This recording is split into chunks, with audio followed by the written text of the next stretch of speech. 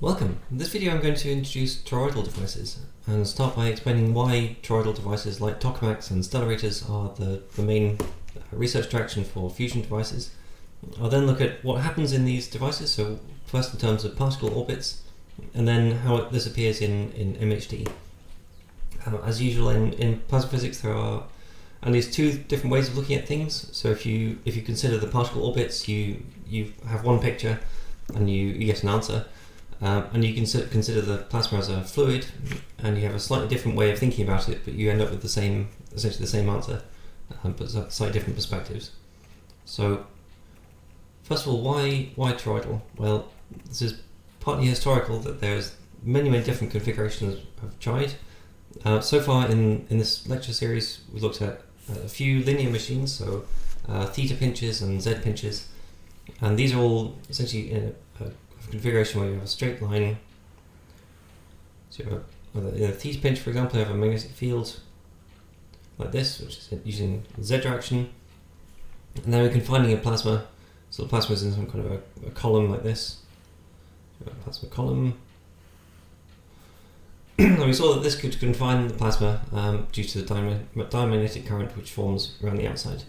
The problem is that we have losses at the ends, and transport of heat and particles along field lines is extremely fast, and so heat can be lost out of the ends, and so even though we confine the plasma in this perpendicular direction, so perpendicular to the field, plasma can be lost very quickly along the ends.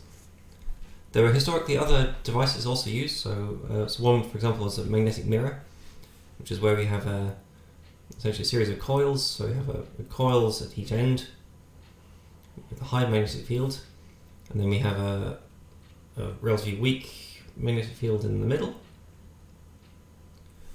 So try to draw this symmetrically, so something like this. So these are the magnetic field lines here. This is B, and this was the coils on the end. In reality, these are a little bit more complicated, and we'll see later in the series that there's a bit more to this. But this is the basic idea. They have a low magnetic field in the middle and a high magnetic field at the end, and then particles which reflect from the two ends due to the adiabatic invariance. So conservation of magnetic moment in this case. So this is a mirror device.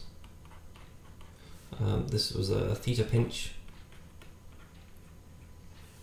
And mirror devices suffer from essentially the same kind of problems, that even though most of the particles are reflecting, there is a population which escapes at the ends, and so you end up with heat being lost through the ends of the machine, out the ends here.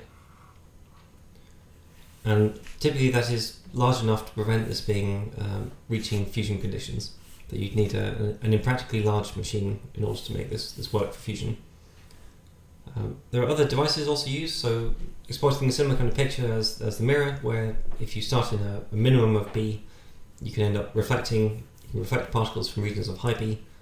There were, for example, cusp devices, where you have a series of coils. So you have a set of 4 coils like this.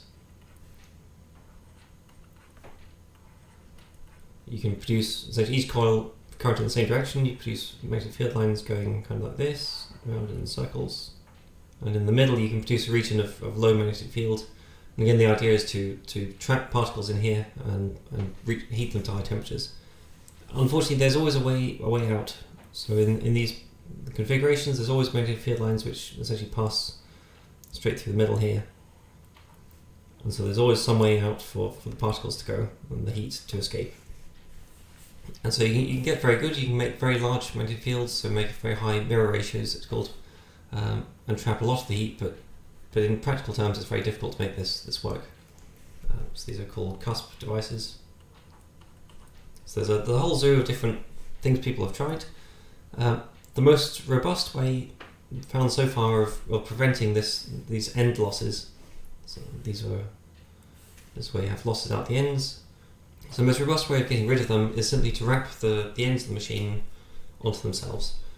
And so in that way, the magnetic fields don't leave the device. And so this gives you a toroidal configuration. So you then have a plasma which looks a bit like a donut. So the basic idea is to make the plasma go around in a loop, So you have a field line example which goes around in a circle. This is has an axis down the middle. So if I draw this here, this is the axis. And typically this now uses a toroidal coordinate system, so we now use, say this Z is the vertical direction, this outwards is the radial direction, big R, and then we have some kind of angle coordinate going around the machine.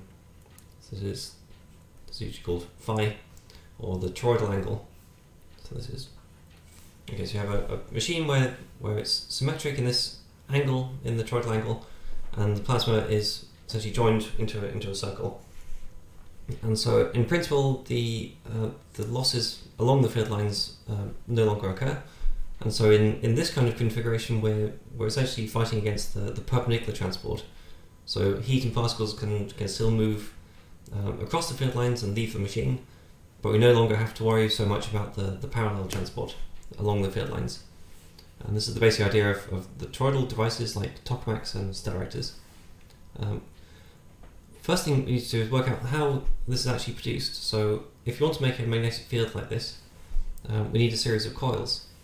And so if you want to make a field going in the toroid direction, so we make a set of coils which go around the outside of this, so then through the middle. So we make a coil here which, and the same around the machine, so we have a set of coils going around the machine, like this. These coils are carrying a current, so we put a current through this here. So we say, so in this case this current is going up, so here we have a current through the coil. So the current is going around like this, and here this current is going up through here. So current going around these coils, and this is producing a field going around in this direction. And so these are called the toroidal field coils, or TF coils. And if you look from the top of the machine, so if you look from this top down, what we'll see is you have a whole series of these coils.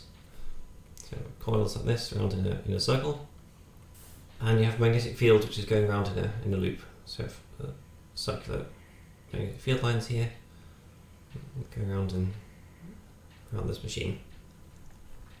So this is the B field here, and these ones here are the coils. So these are TF coils. View from the top. So this is the top view, and this is a view from the side. Okay, so now we can look at what magnetic field this produces. So if we just draw say a line through here, so we consider what happens along this field line and what strength magnetic field this has. So we can calculate that using integral of B dot dl. So the integral of the magnetic field strength along this line around the toroidal angle is the total current enclosed. So it's where I here is the total current through all these coils. So if I labelled this current here through each one is ITF, for example, then here we have some number of TF coils. So this would be this I here. This would be, say you have 1, 2, 3, 4, 5, 6, 7, 8. So here you have 8 coils. So let's say n equals 8 times ITF. That's the total current enclosed by this loop. And here this, if it's symmetric, it's just a circle. So this integral of B dot dl is just B times 2 pi r. So this is B times 2 pi r. Is this integral of B dot dl is equal to mu naught I. And so this B field here, which is in this direction, we'll label B phi, because it's in the toroidal angle. Sometimes you'll see this written BT for toroidal, so B phi or BT are used interchangeably. And so we just have that B phi is just mu naught I over 2 pi r. And so the toroidal field varies roughly like 1 over r, because this I is fixed. If you move to a different location, the total current enclosed is still the same, and so this is constant. but this R is varying. So toroidal field falls, and so if you plot from the center of the machine the toroidal field against radius, it goes approximately like 1 over R. Now if there's a plasma, this can be modified, so the plasma produces its own toroidal field through the diamagnetic current, and so this can be diamagnetic and reduce the toroidal field, or in some cases it can be paramagnetic and increase it. So depending on the poloidal beta, as we'll see later, but approximately this is a small effect compared to the overall drop in the toroidal field, like 1 over R. So for many approximations, this is a good approximation that p phi is roughly like 1 over R. We can consider what happens to plasma in this kind of configuration. So if you have a toroidal field going around the machine like this, we have a toroidal field going around. Now if you put some particles in this, so you put some charged particle in this field, what will happen to it? So if you have a particle, okay, so charged particles in magnetic fields go around in LAM orbits. So if you have a magnetic field into the page, so B field here, and we have a charged particle, it will orbit around a magnetic field to the right or to the left, and so you get an orbit. So a charged particle with charge Q will go around in a loop, and then has some radius, RL, LAM radius, and this LAM radius depends on the speed of the particle. So RL is the perpendicular speed divided by the cyclotron frequency, and the cyclotron frequency is the charge times the magnetic field divided by the mass of the particle. And so therefore the LAM radius is proportional to 1 over magnetic field strength. And so what happens when you have a variation in the field strength? So magnetic field is now changing from one side of the plasma to the other. What happens is that this orbit changes.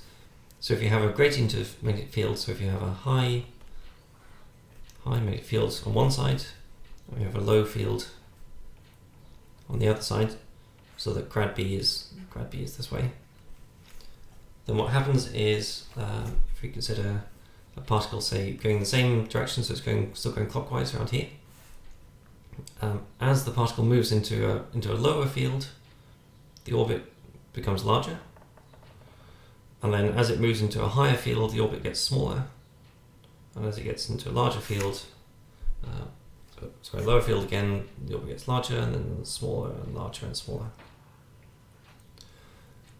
So what happens is the particle drifts downwards.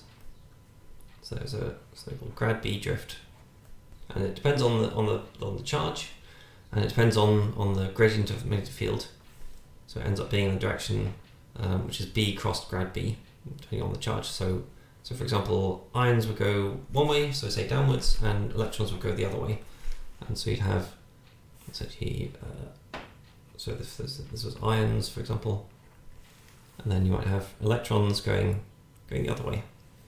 So electrons would orbit in the opposite sense. So if ions going clockwise, electrons would go anti-clockwise. But the same physics applies that they have a larger orbit on the right side compared to the left side. So in this case, they would spiral like this. And so you have electrons would go up and ions would go down. And so now if you have a toroidal plasma with just a toroidal field, so you have the axis of the machine again, with major radius going outwards. We put a plasma in here. So it's the toroidal plasma, so it's going around the loop. I've just shown a part of it. What happens inside this plasma is, because the magnetic field strength is going like this is B toroidal is decreasing with radius. So if this is R going outwards, we have a plasma going around a loop like this, but they have a gradient of magnetic field. And so what happens is the ions, say, go down and the electrons go up. And we end up with a charge separation. So we end up with basically a positive charge on the bottom and a negative charge on the top. And this creates an electric field. So they have an electric field across the plasma, and this electric field produces a motion of the plasma outwards. And so extremely quickly, the plasma would throw itself outwards against the walls of the machine. And so this kind of system doesn't work, that you have only a toroidal field. So if you have only B phi, then you have charge separation due to these particle drifts, and the plasma hits the wall very quickly. So hence, what's done in real machines is we have, like tokamaks, for example, we need an additional component of the magnetic field. So we need not only a toroidal field, we also need a poloidal field. And this allows the charge to be cancelled out, so we allow some currents which cancel this effect. We can see this also in MHD, which I'll show you. So in the MHD picture, well, in MHD we have force balance, which just says that J cross B is equal to grad P. And this is an expression which we derived from steady state, assuming no time variation, no motion, so velocity is 0, but it's usually a very good approximation. And from this we derived that the perpendicular current, so J perpendicular, so this is the current which is going at right angles to the magnetic field, was just given by B cross grad P over B squared. And this is the only current which can run perpendicular to the magnetic field in MHD, because this is the current which produces the force balance to balance grad P. And so you can write that the total current, J, so the current density is the perpendicular current density plus the parallel part. And the parallel part, we'll just label J parallel, is in the direction B. So this is B vector divided by B magnitude. So this is the unit vector in the direction of B. Okay, so now this is the current we have to have for force balance. We can look at the charge separation by looking at the divergence of this current. So we write down what's divergence of this perpendicular current. And you can kind of see what will happen here is that because this magnetic field strength is changing from one side of the machine to the other, the current is changing, and this will result in non-zero divergence of current. But we can show this mathematically as well. And so to do this, we first want to rewrite this term here. We can do this just by using a vector identity. So we say curl of, now we have, so it'd be pressure times the unit vector in B direction. Now this is, we can just multiply this out by essentially the chain rule, so we end up with a gradient of pressure. And the second term gives us a curl, so we end up with so here P was differentiated, here P comes out, and we end up with this curl of this B over B squared. If you put this term here back into, recognize this term here corresponds to this inside the bracket here, and so this is just minus that bit. The divergence of a curl is equal to 0, and so this thing you can just write as minus. Now we have, and just put this term here, so we just have this term on the left hand side goes to 0. This term on the right hand side we just end up with a minus because we move this over to the other side. So we have a divergence of P times B over B squared. Okay, and again because the divergence of the curl is equal to 0, we can just take this curl outside, and we end up with this minus curl of B of B. Okay, so hence if we always want to have a pressure gradient, now if this is not 0, so if B squared is varying, so if the magnetic field strength is varying in space, then this will produce a non-zero divergence. Then there's a non-zero divergence of the perpendicular current. And you can see in a picture how this happens. So you have the axis of the machine, you have the plasma like this, you have like major radius going out this way. So B field is higher on this side than it is on the outer side, and so there's a dynamic current running around the machine. So let's say the current is going this way, for example. So if you have the J perpendicular diamagnetic current, if the magnetic field strength is stronger on this side, because J diamagnetic is B cross grad P over B squared, so this depends on essentially inversely with the magnetic field strength is 1 over B, and so J is reduced on this side and increased on the outside, and so there's a net current downwards in this case. So you have a higher perpendicular current on the outside compared to the inside, and so you'll end up with an accumulation of charge on positive charge on this side and negative charge on that side. So the same result you get with thinking about the particles. You get also the same result when thinking about the force balance. So in total, in order to avoid this, to avoid any kind of charge separation like this, we need divergence of J is equal to 0. So whatever current comes into a region must go out somehow. And now in our case we have J is J perpendicular current we've just looked at plus the parallel current, and this is in the direction of B. And so if we want divergence of J to be 0, we know that this is not 0. So we know that divergence of J perpendicular is not 0. Then we need this to cancel out, so we need a parallel current which will cancel the divergence of the perpendicular current. However, if we have a purely toroidal field, then we have that B is just B toroidal in the toroidal direction. In that case, the divergence of J parallel, so now we have just a phi, so it's just only in the toroidal direction. This is equal 0, because if it's not equal to 0, then we would have different components of the magnetic field, so this must be toroidally symmetric, and the divergence of the toroidal unit vector is equal to 0. And so if purely toroidal field, this divergence equals 0, and so therefore the divergence of J is not 0. And so we need, in order for toroidal confinement to work, we need a way of cancelling this non-zero divergence.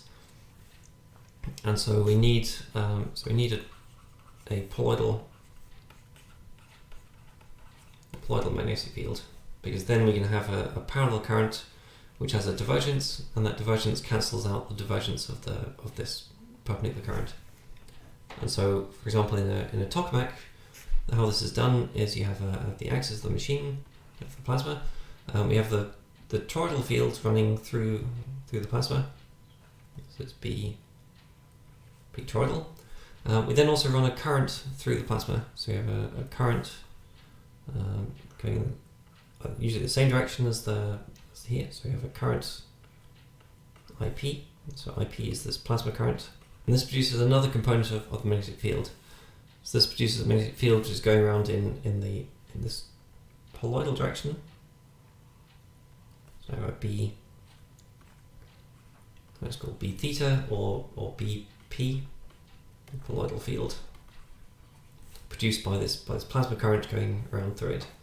So we're adding up a component around in the toroidal direction, which is this toroidal field, plus a component which is going in the poloidal direction. And so we end up with something which goes around in a helix. So we end up with a magnetic field which on in here, so this is the magnetic field here. And it's going around toroidally around the machine, so this is in the toroidal angle. It's going around like this. But you see, as it goes around the machine, it's also moving in the poloidal direction. So it's moving from this point here, for example, it's moving up to the top. So when it's got around here, it's got to the top. And then as it comes around back around here to the outside, it's moved to the outside of the machine. As it goes around again, it moves to the bottom, and as it moves up, it goes to the inside. And so as the magnetic field line moves around the machine, it's moving from the top of the machine to the bottom of the machine. And this provides a way that you can cancel the currents. The divergence of the diamagnetic current results in a net flow, say from top to bottom, so we end up with a positive charge at the bottom and negative charge at the top. What this provides here is a way of having a current which goes from the bottom of the machine back up to the top.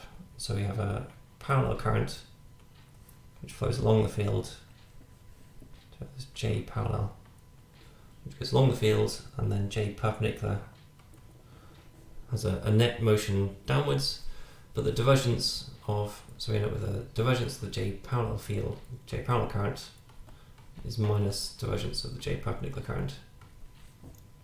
And so therefore we have divergence of J is equal to 0. And so by providing a poloidal field, by making the magnetic field into a helix, we can make the divergence of J is equal to 0 and avoid the charge separation, and this provides a way of confining the plasma.